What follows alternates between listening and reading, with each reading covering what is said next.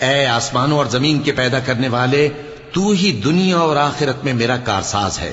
تو مجھے دنیا سے اپنی اطاعت کی حالت میں اٹھائیو اور آخرت میں اپنے نیک بندوں میں داخل کیجو۔ اے پیغمبر، یہ اخبار غیب میں سے ہیں جو ہم تمہاری طرف بھیجتے ہیں۔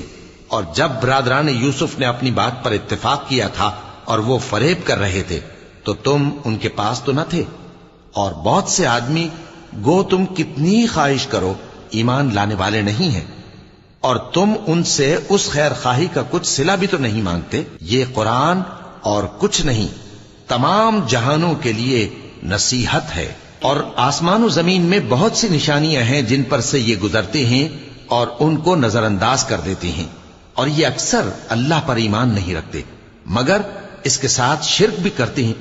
تو کیا یہ اس بات سے بے خوف ہیں کہ ان پر اللہ کا عذاب نازل ہو کر